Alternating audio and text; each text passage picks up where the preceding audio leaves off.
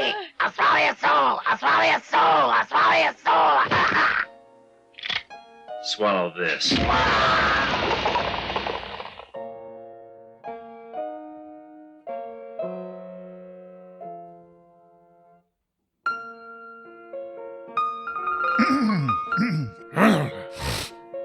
Welcome to Butcher Block Horror Podcast, where we exhume horror movies from the past and cut into what makes them so delectable. Oh shit, what up? I'm Kaine. I am JD. And I'm Joe. And today we're going to be throwing Evil Dead 2 Dead by Dawn onto the slab and carving up our favorite portions to force feed to you, our unwitting victims. Oh if shit. you enjoy the taste of these feasts of fright, then give us a like and subscribe. Be sure to click the bell. Consider taking a look at our website. We give you brainworms.com. This will make it to where you can join up our Discord server, or even better, go to our Patreon and give us money. Yeah. Give us your money. We will use it to buy snacks. Does that sound like begging? I mean, it is, but it's begging for a good cause. What's the good cause? This. I think we should clarify that. This bullshit that we're doing right now. To help us continue our adventure of the Butcher Block Horror Podcast. And Kane's overwhelming desire for nose candy. Yeah, I thought we were going to stop talking about that. All right, well then how about whiskey and sex with hookers? Rye whiskey, whiskey and rye. If I don't have rye whiskey, I surely will die. Oh, okay. Well, that rhymed. Yeah, well, we're covering Evil Dead 2 Dead by Dawn today. Yep. And lots of things were getting covered in Evil Dead 2. As they do. And uncovered and exhumed. Someone's in my fruit cellar. Someone with a fresh soul. Yeah. So yeah, Evil Dead 2. Let's talk about it. Let's have a convo about it. Yeah. We are. Let's talk about it, Kaine, if you love it so much. I do love it so much. JD, give us a synopsis overview. You got it, babe. Two adorable lovebirds seek peace and tranquility at a secluded cabin in the woods. The couple discover quite the opposite. After playing a mysterious audio tape, the voice of a professor recites cursed incantations from the Book of the Dead, a.k.a. the Necronomicon, unlocking unknown horrors upon the couple, unloading evil, demonic spirits Hey guys. who thirst to haunt, torment, and possess the living. If the Necronomicon was a recipe book, would it be called the Omnomnomicon? Ooh, that's good. Yeah, the That's not good. Don't encourage him, JD. the Necronomicon. Yeah. No. Necronomicon Ex Mortis. Roughly translated, the Book of the Dead. The Book of the Dead! Yeah. So yeah. That's sort of the synopsis. You're so persnickety, Kaine. 1 week it's like, no, JD, that's too much synopsis. But now that he's given a nice, concise summary of the film. It was concise, but it's not really a synopsis. Like, he told what the start of the film was, which was just a quick recap of what the first movie was. Okay. Well, But that works. no, why don't you add to this then? Why Yeah, don't since you're so good at synopses. Let's just Kaine. pretend like we had an empty bowl. All right, our fateful hero, And I Ashley put a J. few Williams, ingredients after in. surviving the first night where all of his friends were murdered, is now thrown into a battle for his life and his soul. Whoa. And there go the raisins and As the the flour. As the Jody Nobody got put cabin some butter in the bowl. fills up too. Yeah, again with more Just victims softly for whip the in the butter. Evil Dead. It's a race against time. A race against time! Oh, God. That's it. That's it. Yeah, that was Yeah. great. Good job, buddy. Yeah, you're welcome.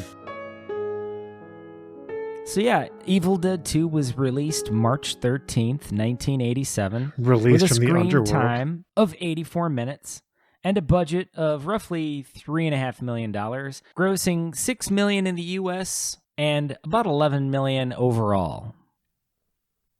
You all right there, JD? I thought something happened with the... No, yeah, it was the demonic hand. It grabbed my throat, and Are you getting a hand job from the demonic hand, JD? well, now I am. But yeah, just moments ago. Nice. Yeah, I was thinking about Evil Dead 2 and how peculiar a film it is, but also fascinating and terrific. So yeah, once again, the team at Renaissance Pictures unleash a sequel to Evil Dead, The Evil Dead 2. Dead by Dawn. Dead by Dawn. Dead by Dawn. Which has amassed a giant international cult following. Not surprisingly, it's quite an excellent film. I've loved it for decades now. Directed by Sam Raimi and produced by Robert Tapert. Big surprise. Yeah. It's the Renaissance crew. They're all in. I guess I paused because I was waiting for you to ask me to talk about the director, and so... You seemed like you were already swinging, and I didn't want to interrupt, Yeah, I just figured you spaced out, to be honest. Yeah, I thought that you were staring into the abyss for a minute. I was. And we've all been there. In most cases, I am staring into the abyss, and often it will stare back into my black little soul. But, so yeah, this film was really urged on by, the fandom of the original picture, including Stephen King. Stephen King really loved the hell out of Evil Dead and is partially responsible for bringing it to the attention of Dino De Laurentiis. De Laurentiis helped to shore up funding for Evil Dead 2. And we know we'll keep hearing about Dino because he did a lot of horror production. So yeah, he's come up on past episodes too. We've mentioned him on past episodes for sure, and he is an infamous character in the horror community. Anyway, Raimi and Tapert were coming off a big swing and miss with the film Crime Wave in 1985. And like I'd mentioned during the Evil Dead episode, Crime Wave was a stinker, but it was a good stinker. It was a positive thing because it proved to be monumental in maneuvering back toward making horror films for Renaissance Pictures. Also, Irvin Shapiro, Renaissance's publicist, was very insistent upon a sequel. And I recall reading from a few different sources that they didn't really want to make a sequel. It did take quite a bit of coaxing. Raimi was sort of insistent to continue dabbling in other genres, and I don't know that if without the big miss of Crime Wave, if they would have pursued horror again.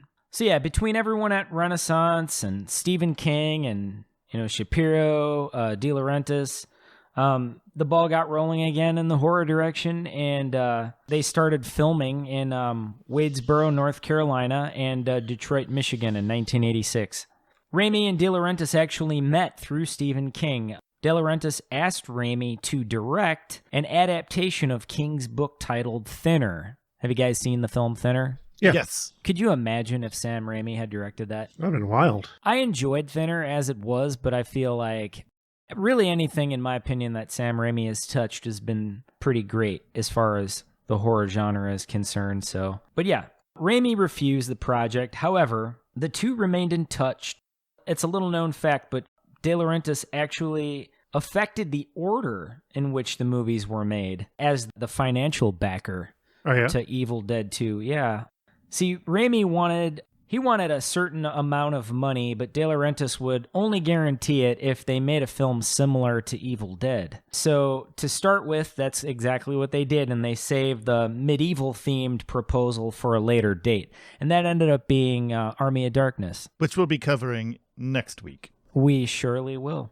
So De Laurentiis actually used what's called a shell company, which is basically a company that only exists on paper to help with acquiring the film's rating and also getting it into American theaters. They had dabbled first overseas, and I want to say that Italy was much more open to a film that resembled an X rating. They had to get it down to an R rating to make American theaters.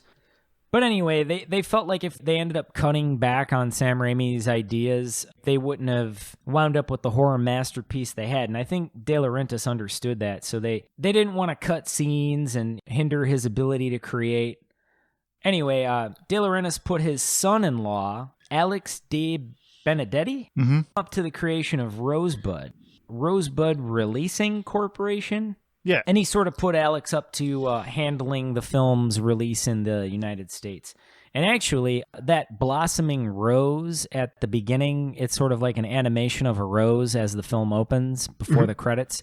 That's actually, and I want to say it's like an animation made by Sam Raimi. Yep, it was designed and shot by Sam Raimi. That's just pretty awesome. You know, he's such a talented guy. Anyway, they were able to work around the Motion Picture Association of America to a degree and preserve a lot of the content of the film, cutting around some of the censorship difficulties while maintaining the guts and violence that makes it so grotesquely gruesome and awesome. It is quite the amazing film. It's true. Yeah, gorgeously shot and also disgusting at the same time. Exactly. Yeah, it's just amazing that they came up with that idea. That De Laurentiis was like, fuck, we're never going to get this through.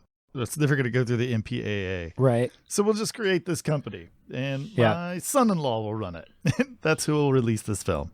Yeah, I like the idea. I actually just learned what a shell company was. I had no idea, but it's just, like I said, something that exists purely on paper. Yeah, because if they had cut it to make it an R-rated film, the movie would have been about 60 minutes long.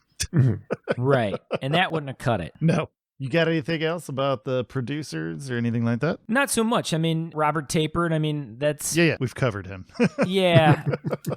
This is pretty much, the sausage making as far as, the production end goes. Because I feel like De Laurentiis and then Rosebud and all of that is kind of the story for this film. Right. There's more in the special effects. Right I on. have quite a bit on the docket for special effects, but for now, if we go ahead and all right, Joe, give a word about the writing. Yeah, Joe, why don't you tell us about the writers? Yeah, I can do that. This movie was co-written by Sam Raimi, who, as far as I can tell, was just some hack who wrote this movie and then didn't really go on to do much else. Right. And a guy named Scott Spiegel, who's an actor, writer, director with a career running from 1977 to the present day. Like, he's got stuff that's coming out in the next couple of years. He was born Christmas Eve, 1957 in Walnut Lake, Michigan. Ho, ho, ho, ho, ho. Nice.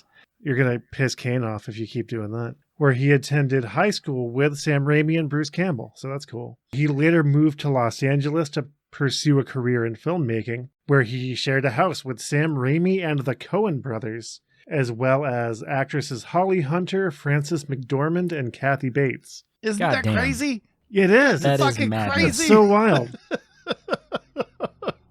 I want to go to a party in that house. I just seriously go back no in doubt. time and be like, okay, here I am. Right.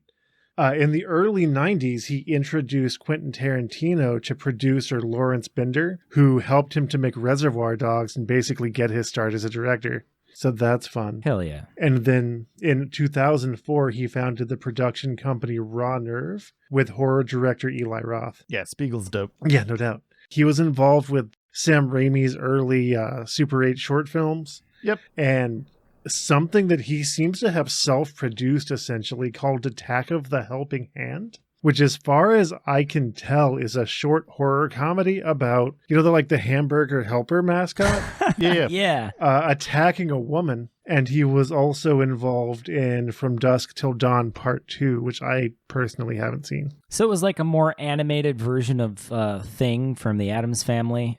Just an angry hand. No. It was literally like the glove with the face from Hamburger Helper. Oh, at least Jesus. based on the cover art. So it's like a cross between like Mr. Bill from Saturday Night Live and Thing from the Addams Family. Yeah, I can see that. Oh my goodness.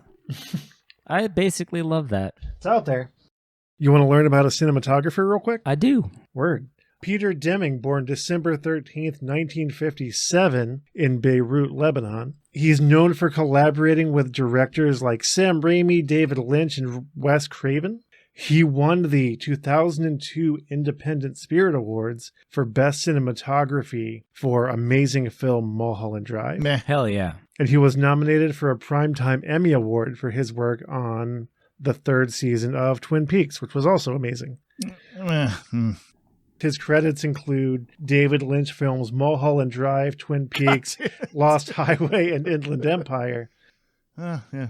Are those horror movies? No, Then why are you wasting our goddamn time? but they're very good movies. Oh yeah. As well as, and these are horror movies, Scream 1 through 4, Eli Roth's History of Horror, Drag Me to Hell, From Hell, which is okay, and Cabin in the Woods. Excellent. I rather love Drag Me to Hell. I enjoyed that a lot. Yeah, I liked it too. Drag Me to Hell is good. Cabin in the Woods is good. And while Peter Deming was credited as the cinematographer, Sam Raimi is well known for being very hands-on with the camera work in his films. And much like the last episode, I have a couple of examples of weird and wild camera techniques that he pioneered because Kaine makes me talk about them. Talk about it. The Ramocam 2, which is a higher budget version of the Ramocam from Evil Dead Part 1. Oh, Black Betty, Ramacam. Like your style. Which is a 20-foot iron pole attached to a rolling cart, attached to a camera, which was designed to basically ram through and impale the classic, the 1973 Delta 88 that shows up in various Sam Raimi films, and then come out the other side, which would have been cool to see. Yeah, it would have. And a thing called a Samocam, where they... That's my favorite. I like it too. In which basically a rotating cast iron X, which as far as I can tell, they just strapped Bruce Campbell to, like crucifixion style. And Sam Raimi had a joystick that enabled him to spin Bruce Campbell around at just in whatever direction and speed he felt like at the time to get some of the fun spinning, Bruce Campbell flipping around kind of shots.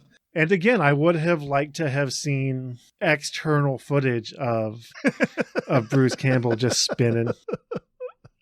Just Sam Raimi punishing Bruce Campbell. I feel like if Sam Raimi's proctologist had a good sense of humor, he could take the edge off of his next colonoscopy checkup by calling it the Samacam. Just putting that out there. I like your style. All righty. So is that all we got on cinematographer? Yep, that's all I have about writing and cinematography. Excellent. Then I suppose it is time for me to talk about the actors. Supposing it is. Speak. I'll do it. Come on, Kaine. Tell us about actors, Dork. Do it, nerd. Give me your your lunch money, freshman. Well, first we're going to talk about Sarah Berry. Yeah. That's not my mother, Annie Noby. She was born in 1960, and she starred in the Evil Dead 2 and Chud 2. Oh, nice. Hell Pretty yeah. much all of that exists about her. I didn't see anything else on her. But We should that's do just Chud at some enough. point. I'm down for Chud. Oh, yeah. Just enough. I think that she ended up doing some horror movie cons later in life, but not a lot going on there. Like sign autographs in a line of 4 people. Right. All right. Nice. Next, we've got Dan Hicks. Dan Hicks was born in Pontiac, Michigan, of course. Another Michigan person. Right. July 19th, 1951. He actually has a much more expansive horror movie credit list than Sarah Berry did. He was in Evil Dead 2, Maniac Cop, Intruder, Wishmaster, which is a fantastic horror film. And I'm really surprised that hasn't come up as something we wanted to cover. The sequels, less so. 2001 Maniacs and My Name is Bruce. And he was in some like low rent stuff called The Blood Hunter and Dead Season. Mm-hmm. He actually left us June 30th of 2020. He announced that he was diagnosed with stage 4 cancer on June 5th. And then had passed away by June 30th. I actually hated this man because I've watched this movie a lot. And he did such a good job of being an idiot shitbag in this movie. Right. Yeah. That I actively hated him. Yeah, he made himself quite unlikable, and but you figure that was his purpose, and he fulfilled it incredibly. Oh my God, he did such a good job. Yeah. He's such a good shitbag in that movie. Yeah. And, and like the desperate desire to try to find Bobby Joe, which funny that you should mention that who was the actress that lived with Sam Raimi and Josh Spiegel? There were a bunch of them. Holly Hunter, Frances McDormand. Holly Hunter. Hunter, right. yeah. So Bobby Joe was based slightly off of Holly Hunter. Interesting. Yep. Yeah. So next we've got Dan Hicks's wife in the movie, Bobby Joe. Her name is Catherine Virginia DePava, and she was born in Morganfield, Kentucky on March 21st, 1961.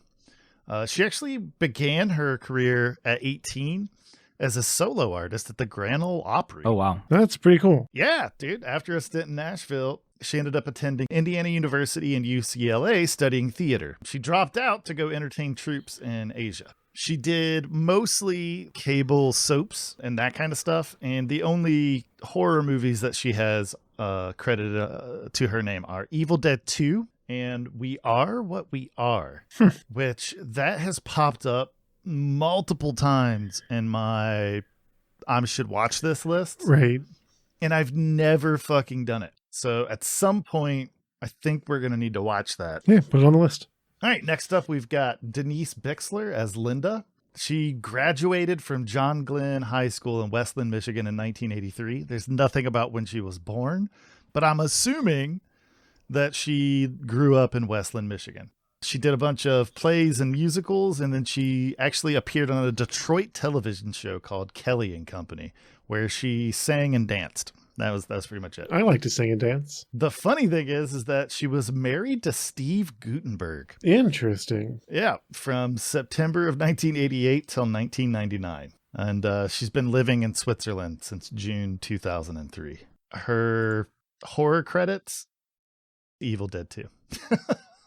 That's fair. I mean, you earned something, right? By being in Evil Dead 2. Right. Oh, yeah. Oh, yeah. And then the dancing, obviously not the claymation version, but the dancing, like evil version was an actress named Snowy Winters. What That a cool name. Sounds like an alias you would use in an adult film. It does. Set in the Midwest. Set in the northern Midwest, we have All right, snowy winters. So next we have Professor Ed Getley, who was also Evil Ed. I thought you were going to say Professor Ed Gein for a second. No. And that was done by Richard Domier. There's nothing about when he was born or where he's from. Mm-hmm. He actually was a QVC shopping channel host trainee. That's awesome. Yeah, from the fall of 1994 until April of 1995. So we have proof that he existed. We saw him on fucking film, man. Well, he could have been an evil spirit. He mostly did television shows and whatnot, and he really only starred in Evil Dead 2. Most of his stuff has just been commercials and whatnot. Good enough since for then. me. Exactly. Right on. Yeah. Thank you for your service, sir. So we know he wasn't like a tulpa or something. Right. Yep. Actor John Peaks, the disembodied head, otherwise known as Professor Noby. Yeah. He was born. He was born in. It doesn't say where he's from.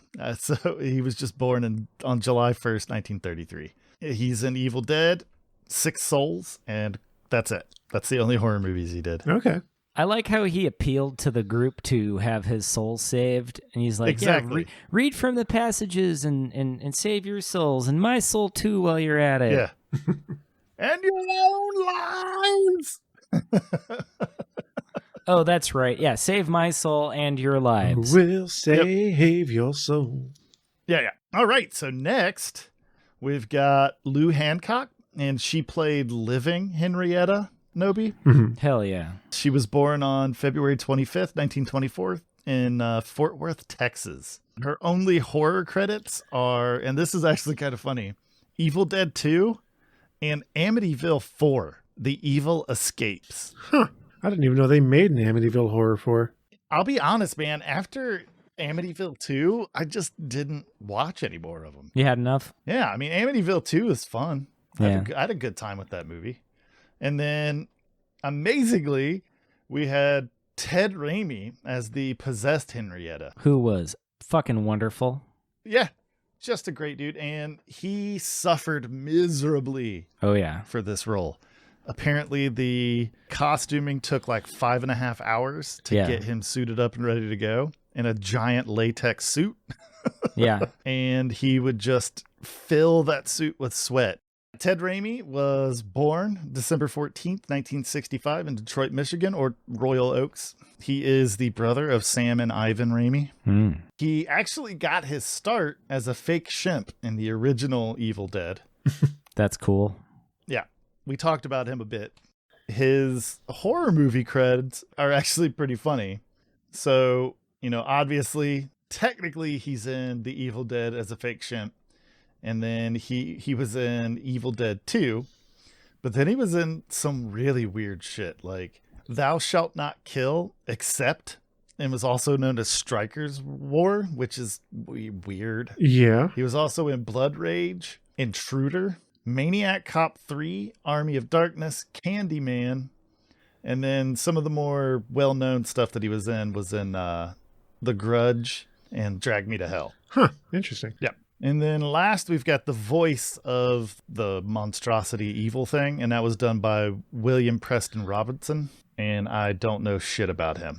He was a voice actor. I love creepy, evil voices. I want to be a voice actor someday. I would enjoy that. But he also did work with the Coen brothers on the movie Blood Simple. Nice. There you go.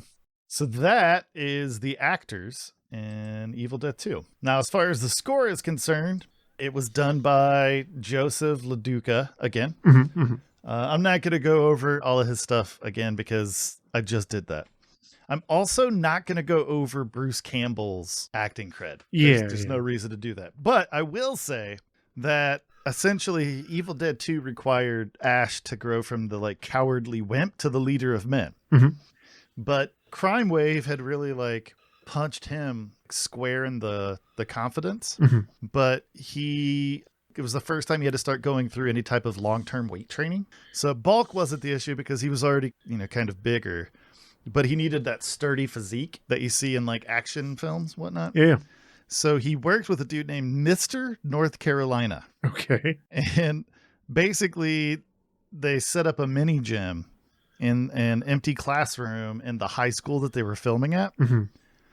And created the program that called for working out 2 hours a day, 6 days a week for 12 weeks. And basically anytime Sam would go past Bruce during the filming or whatnot, Sam would basically say, "You call yourself a movie star? Get that lard ass in gear." Right? So he went from being able to enjoy the foods that he loved, like Egg McMuffins, banana cream pies, and stuff like that. Yeah.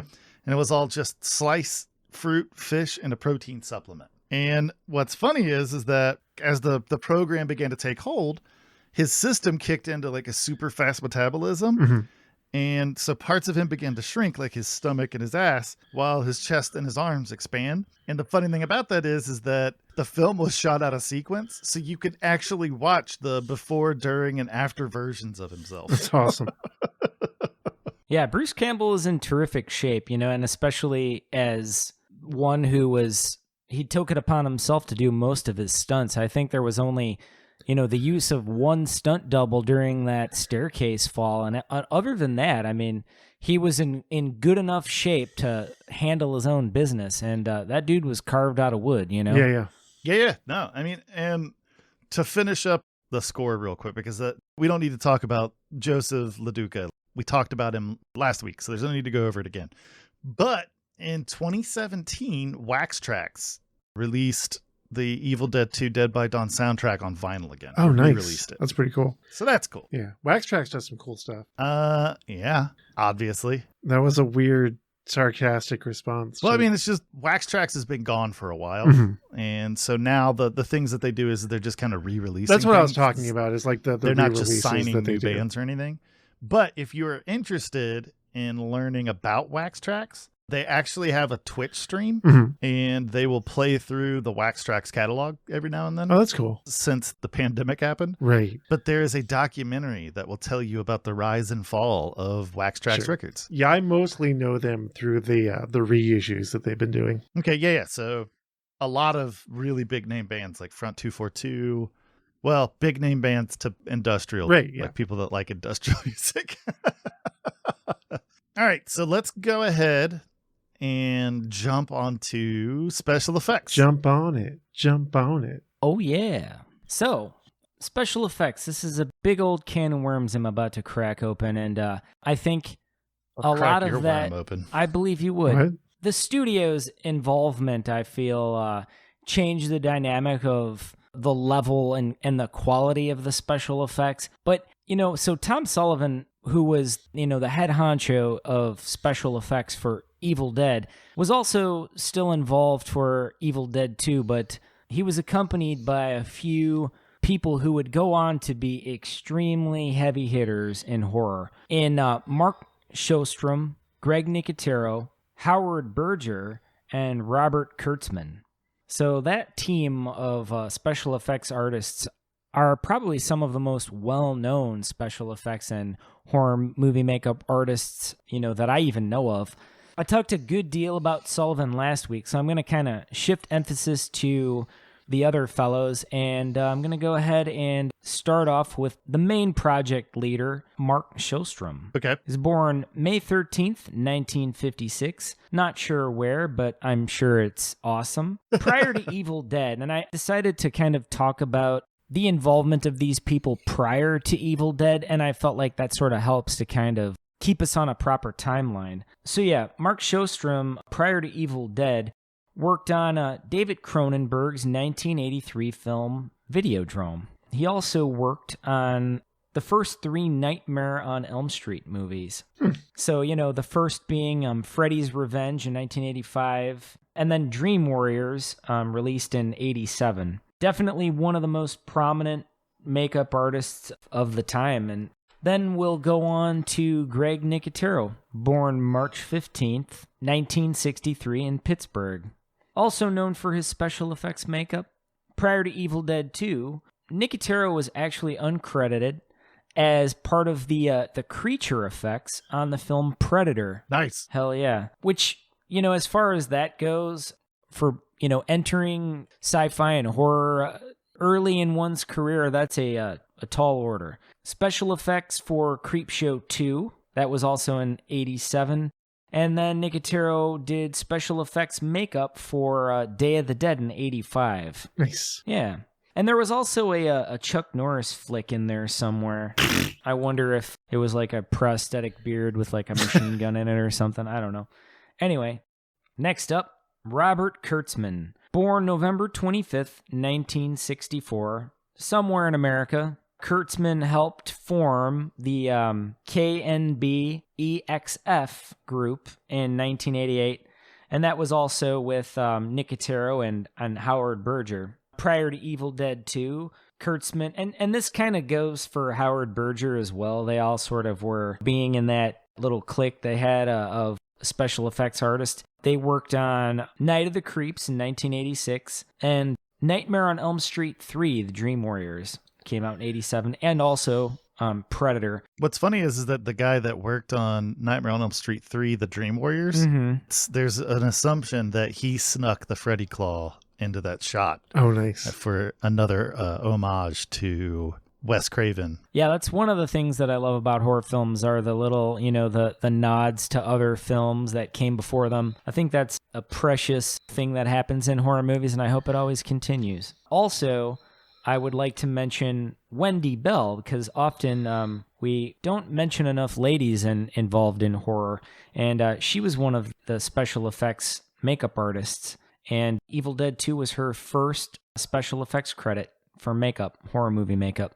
Cool. And there were a few other people, but they were, mostly sculptors and puppeteers and part of the stop frame animation crew, and a lot of that was overseen by, Tom Sullivan and Mark Sjostrom pretty much were the two that, had the reins on the project. So that's pretty much, what I have to offer. There was hell a lot of fake blood. Yep. Of varying colors and viscosities. Yep. They certainly did. Yeah, they I think that had to do with trying to get the ratings. Oh yeah, that makes sense. More into the R ballpark. If you have fluids that aren't all bright red, implying that they're blood, I think you get away with a little bit more ratings wise if the blood happens to be green or some other color. Yeah. But yeah, they had a full, spectrum of blood colors. They had quite a few. They did still have the Cairo syrup mix from the Evil Dead, but I think that was primarily used during the wall spray scene where Bruce Campbell gets like 55 more gallons of blood dumped on him. Yeah, I wonder the gallon quantity that's sprayed from the cellar, that little trap door opening as Henrietta was dragging that one man down. That was not Cairo syrup blood. That was a viscous solution. That was something else, but it was bright red. Almost pink. Mm-hmm. Yeah, it really was. It was a very viscous solution that was not syrupy, not even slightly. It was just straight up gushing, spraying blood. And foamy. Like when it was settling, it was kind of foamy. Sure. But yeah, in this film, they implemented the use of blood lines in their prosthetics. So, if they had like say for example, like a foam head covered in latex, they would be able to sort of run tubing that would create a blood supply for it as it was either severed or smashed or whatever it was that would, create a good bit of blood. Right. I would like to also talk about Henrietta's suit that was worn by Ted Raimi. The torture bag. Yeah, the poor tortured Ted Raimi. Yeah, that poor man, he was, so like Kaine mentioned earlier, rather smothered in several layers of latex and also a food that is tremendous for your gut bacteria. Lentils. There were sacks of lentils because they were just trying to give Henrietta some gadunk-a-dunk, fries with that shake or shake with that fries or however you say it, whatever the kids say. Anyway. The kids say that for like 10 years. They probably said it like 10 years ago. So whatever the kids who are now adults used to say when whatever they were the kids. youngs are saying today. Sure. That's why they did it. But they gave Henrietta some jiggle. They gave her jelly, and they just sort of supplied some realistic movements. Right. As the actor was in motion, the suit would kind of sway and jiggle. Sure. In a disgusting way, which was fucking awesome. It worked. I too like to sway and jiggle. Baby got back. I like to jiggle and sway. Nice. Well, do what you do and do it in any order you please, because YOLO. Damn right. Right. Yeah, the kids aren't saying that either. The youngs. All right, well, whatever. I don't really care what they're saying, but as long as they're listening and throwing dollars at us and Patreon, cool. So is that all you have to say about the special effects, my good friend? I feel like there's so much to say that I don't even We know. just don't have time. Yeah. We would need to start up a separate podcast called Special Effects with for JD. Evil Dead 2, yeah, because really, Just I for feel like Evil we Dead. should do that. Just like point a microphone at JD and push record and just let him talk about special effects for as long as he wants, really, until he gets tired of doing it. Yeah. I could go on at least a full episode, just Yeah. a special effects episode. And then just release that to the listeners. We could Yep. do that. We could do that. I think we should. All right, well, let's go ahead then and talk about our personal experience with the movie. Yeah. Joe, go ahead and start first. Sure. Yeah, I've seen this movie a few times, and I've watched the Evil Dead trilogy in sequence a few times before, for like a Halloween kind of situation with friends. And I don't remember the first time that I saw it specifically, but I always remember like with the stop motion and all of the shit going on, just how fucking bananas Evil Dead 2 is. Like, it just doesn't care how over the top weird it is. Nope. And I appreciate a movie that does that. It has really all the way through. Like, it's very slapstick goofy, but it's also very horror and gross and unpleasant to look at. And there's some tension and there's some action. And not a lot of directors can pull off that energy in the way that Sam Raimi can. Peter Jackson's early work got kind of close to it, but I don't know. Sam Raimi just kind of gets He it. does. He really does. I don't know if Peter Jackson was as in love with the Three Stooges as Sam Raimi was or is. Sure. And I think that is a contributing factor to the level of slapstick involved in Evil Dead 2. Right. Yeah, I don't disagree. And there's this certain level of just unpretentious, I don't care, if this is goofy or silly. It's going to be fun as fuck to do, and I want to point a camera at it and do it, that you kind of have to admire. Oh, yeah. All right. Yeah, and that's really it. I don't have a ton to say. I don't have anything really to throw at the listeners aside from, watch the Evil Dead trilogy. Yep. I don't know. That's all I got. Moving on. That'll work. Yeah. JD, why don't you tell us about your experience with the film? I had quite an interesting experience with the film. So and surprisingly enough, I had the good fortune of seeing the films relatively close to their release dates. I mean, I'm not saying that I saw them, the years they came out, but, I saw Evil Dead first, and then at some point I was in, No, I think Army of Darkness was already released, but I hadn't seen it yet. I saw Evil Dead, and I was in high school. I think I was like a sophomore, and you would usually never want to do this, but I know a friend of mine and I took like one little tab of acid on a notebook paper sort of thing. For legal reasons, this is a hypothetical situation for a short story that we're working on. Yeah, For absolutely. the legal reasons. Yeah. Yep. We're just pitching it so that the listeners can enjoy the creation process. Exactly. Anyway, yeah, that was an interesting viewing. Extra psychotic. Yeah, I imagine. Almost unfathomable horror, going on in my head, probably even more so than what I was actually observing. And then, from that experience, I definitely ended up having to watch it again, like just, with the cement dry. It was just very chaotic, probably beyond my level of comprehension under a certain spell. Right. But once I was free of that spell, I watched the movie, loved it, then went on to Army of Darkness, as you would, and definitely feel like, this is among my favorite horror films of all time. I know that we all sort of have our own special little connection with the movies, but yeah, Evil Dead 2 is just an impressive, just the arc of its special effects and the innovations made by the artists involved, are really what make it special. And I'm blown away by the hefty careers that this film helped to sort of launch. I mean, everyone was already, like the special effects artists I had mentioned, they were already involved in some pretty big projects. But if you look at the credits, just the massive lists of credits, like, hundreds, between them all. And it's just incredible. Like, I don't know. Mm-hmm. Quite a gory, gruesome film, and quite lovable as well. It is, and funny. Yeah, it really is. I also am a fan of the Three Stooges, and I don't know that hit me up front. I know I was watching a YouTube video where one of the special effects artists were commenting on, I think it was Mark Shostrom, talking about a specific moment in the film where that eyeball shot out across the room, and Bruce caught it in his mouth.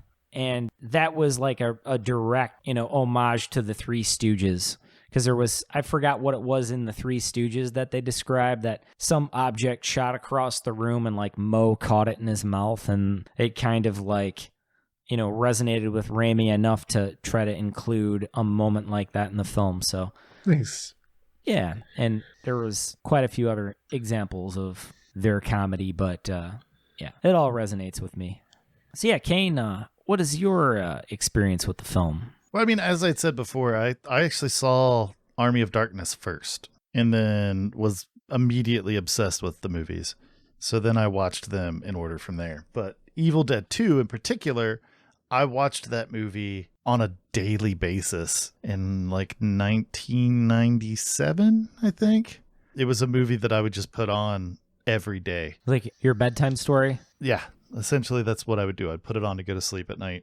And there was actually a sequence of time where my best friend and I, we shared a room in his dad's house at one point. I would start the film, and then when he would get home from work, I would be asleep, and he would finish the last half of it.